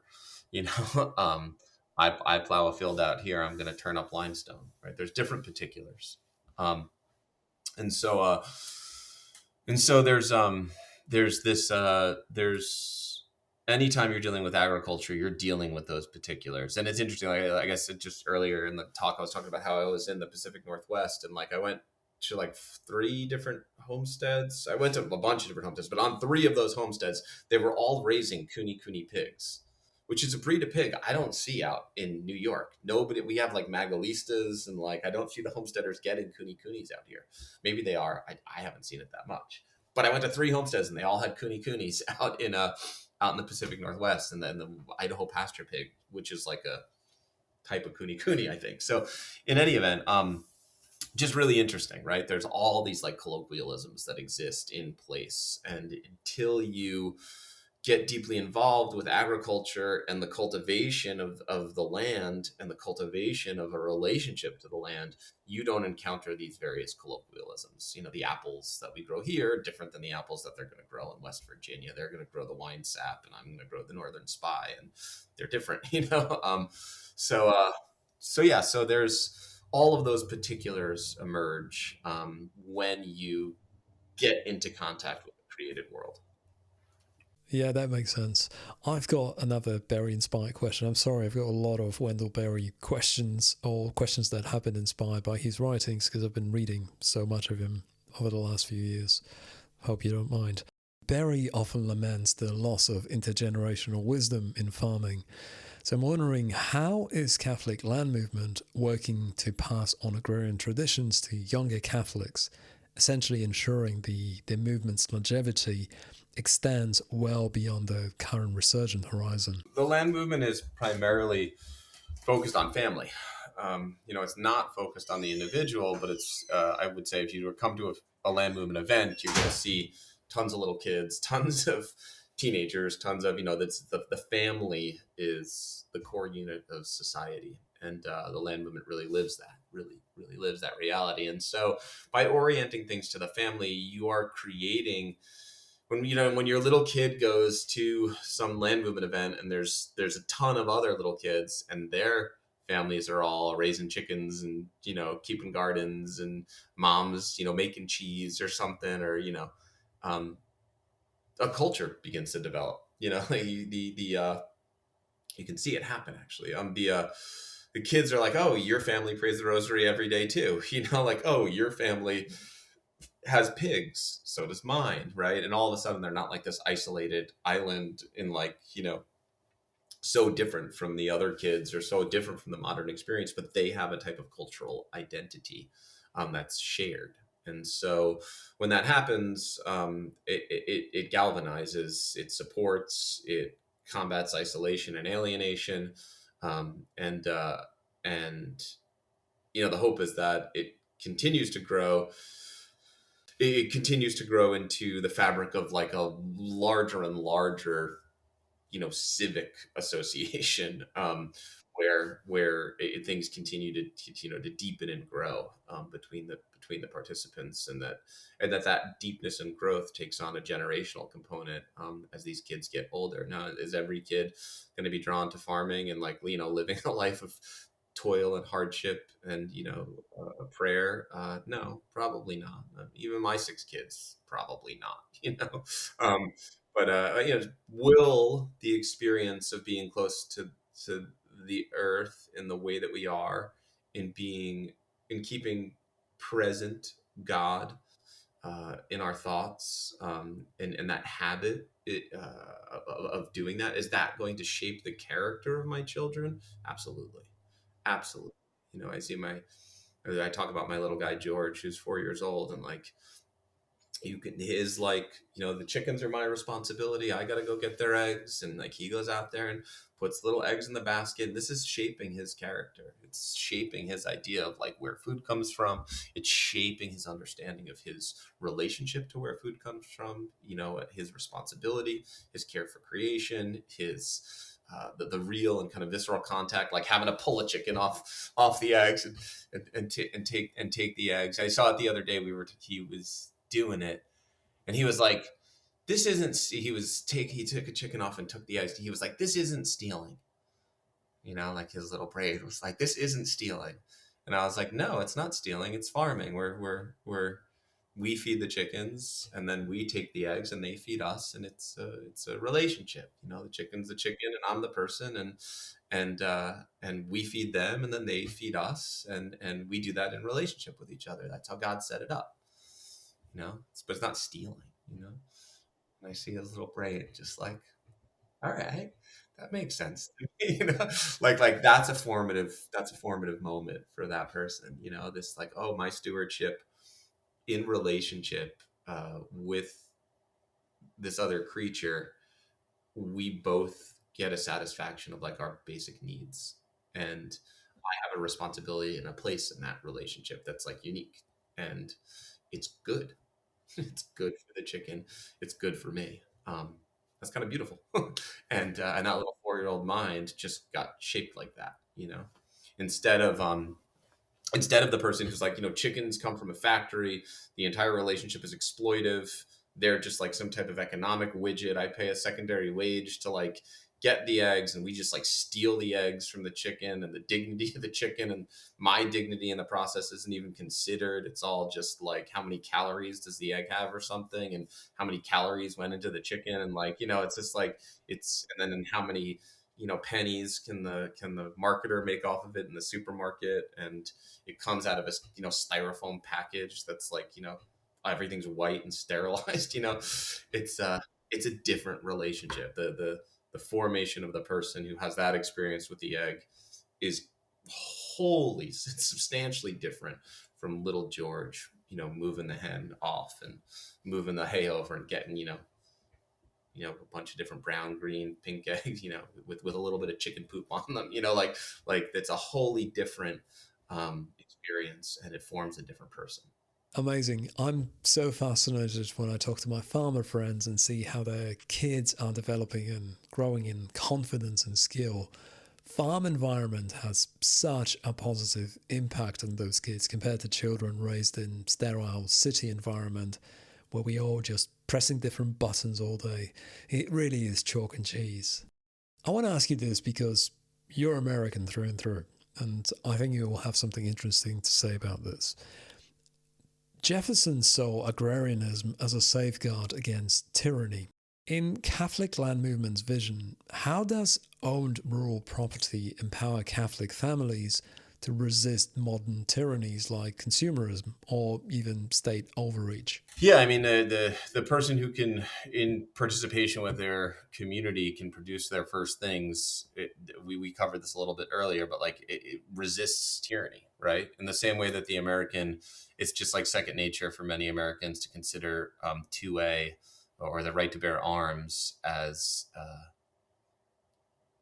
that gives a practical circumstance in which the American can resist tyranny, right? If everybody owns, AR-15 in America, we can never be, a foreign or domestic tyranny can't emerge because we have the means to kind of confront it. This is the idea. This is the polemic of widespread firearm ownership. And so, whereas if you have a place where like nobody has guns and you've sacrificed that right, well, like tyranny can develop if the government's the only person. This is the polemic. Well, the same thing is true with food systems. If you have localized food systems that are sovereign, that are participating in good stewardship of the local environment, not degrading it and extracting and kind of leaving behind a wasteland, but the local food system is in good participation with the environment, and that those local food systems are developed enough that they can actually satisfy people in a rural place. Those people are sovereign in a particular way that is hard to take away from them. Um, and so yeah, so this is this idea, I think, of community self-sufficiency being there as absolutely present in distributist social philosophy, that this community sovereignty grounded in an ability for the oh, hi Edith, come sit. um, the the this is my friend Patrick. We've been talking for Hello. a while. Hey, how are you?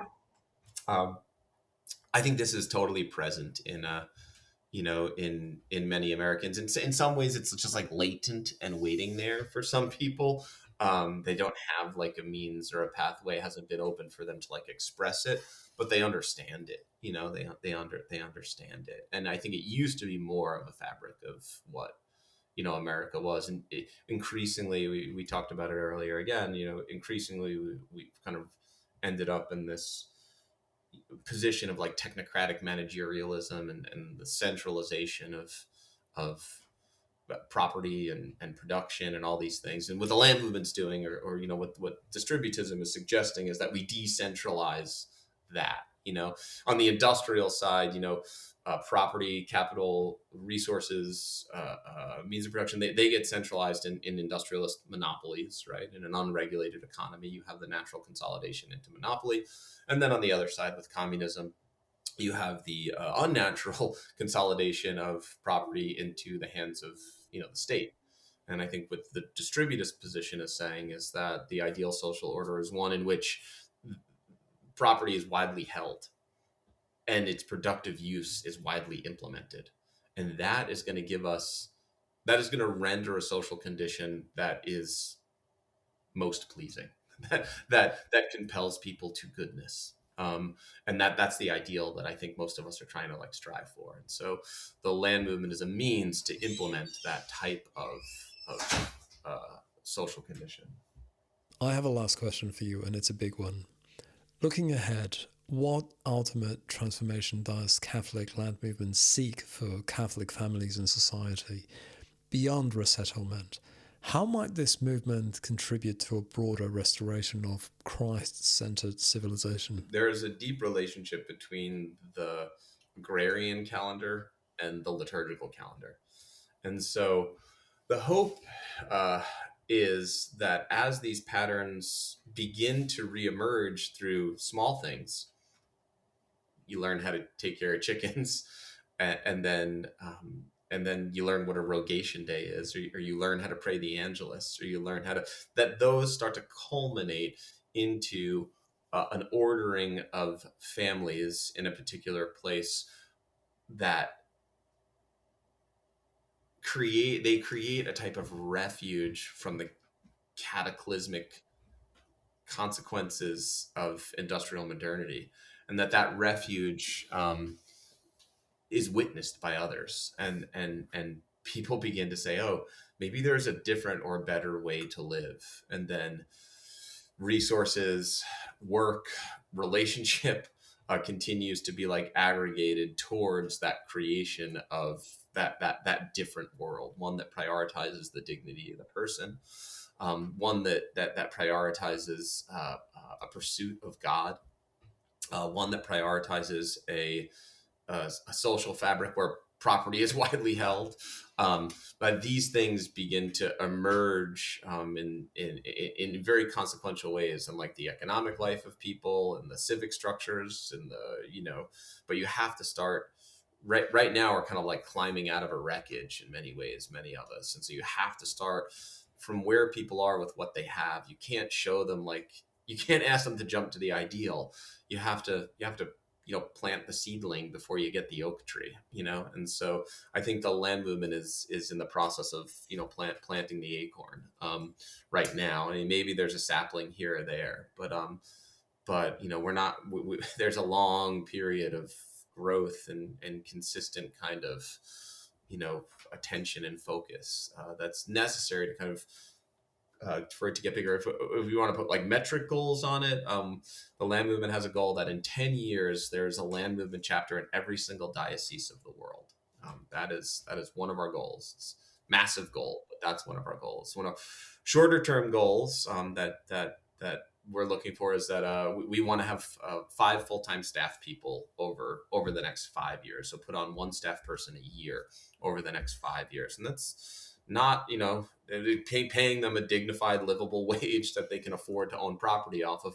That's no small thing. That's a lot of fundraising. So there's that. If anybody wants to give us money, please, listeners, send your checks. But yeah, so those are some of our metric goals. We'd like to see more what we call demonstration farms. So like practical places that give life to land movement mission in like a geographic location, like on like here's like a center where we teach skills all week long, all day long.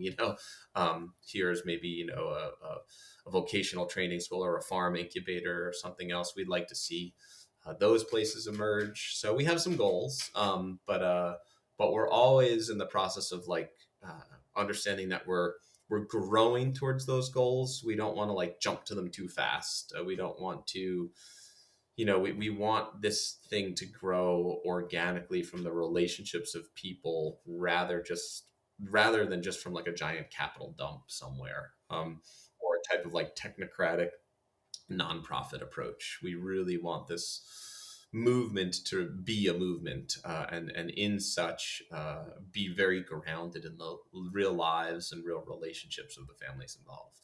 That is very good indeed. Michael, where can people find you? What's the best way to reach out, ask questions, join the movement, or do send that check that you've just mentioned? What's the protocol? What's the best way to go about it? Yep. So you can go to catholiclandmovement.info. There you can find information on connecting with local chapters. You can find information on upcoming events. You can find a donation page. If you're compelled to make a donation, I would ask you to consider making a monthly commitment rather than a one-time donation, but set even a low monthly commitment of $5 a month. Monthly commitments allow us to build budgets, where one-time gifts are wonderful, and thank you to everybody who's given us one-time gifts, but they are kind of lily pads that we jump from one to the next. And whereas monthly donations, even $5 a month to the land movement, monthly donations allow us to build budgets, which then allow us to put on staff. We can say to a man or a woman, you can depend on this wage. So consider a monthly donation to the land movement. You can make that at catholiclandmovement.info. We have some exciting, the international or national conference is coming up at the end of August. So August 28th, 29th, and 30th, people from all over the world will collect in Greensburg, Indiana. Many of the chapters will head over to that national conference. And it's 3 days of workshops and principles. And if you've liked the themes that we've discussed, you've heard Patrick and I discussing today, the you can get 3 days of it at the Catholic Land Movement conference.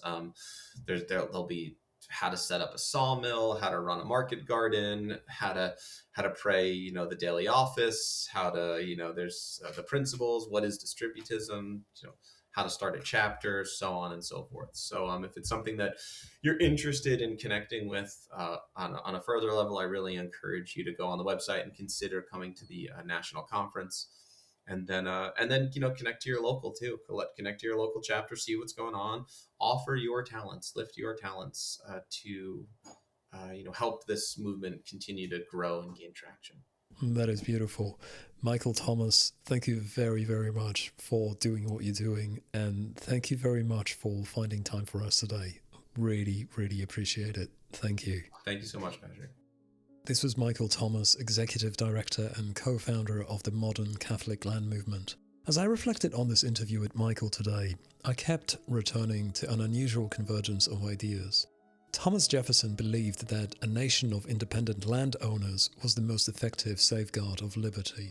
Wendell Berry, one of my favorite authors, has spent a lifetime reminding us that healthy cultures are built by people who know a place well enough to love it, and love it deeply enough to care for it across generations.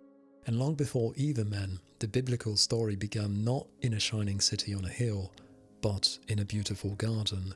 These are obviously three very different traditions and three very different eras, but all three seem to point at a remarkably similar truth. That freedom is not simply the absence of constraint, but presence of responsibility. It's the responsibility for your family, it's the responsibility for your neighbor, and it's the responsibility for a particular piece of creation entrusted to your care. What I love about Michael's vision is that it's not primarily political or political at all. It's very, very practical. He's not passively waiting for governments to rebuild functioning communities. He's going back to basics and asking more rudimentary questions. What if we just taught each other how to garden? I think there's something profoundly Christian about that. Civilizations are never restored by grand declarations. It's ordinary people doing ordinary things with extraordinary faithfulness that restore them. People planting orchards, keeping bees, preserving food, raising children, sharing knowledge, loving neighbors, building communities where work, worship, and family life once again belong together. Whether or not you ever own a farm or a homestead is almost beside the point here. The deeper invitation is to recover a biblical understanding of stewardship. A life that received creation as a gift, accepts stewardship as a calling, and understands that the cultivation of land and cultivation of souls are not nearly as far apart as modern life has led us to believe. Perhaps that is why the Catholic Land Movement is resonating with so many people today. It offers something tangible, it teaches capability, it builds fellowship, and in an age searching for meaning, it reminds us that some of God's oldest answers and guidance are universally timeless. That is all I have for you today. Check out the links in the show notes and get involved. Many thanks to Michael Thomas for joining me today, and thank you for listening. We'll see you next time.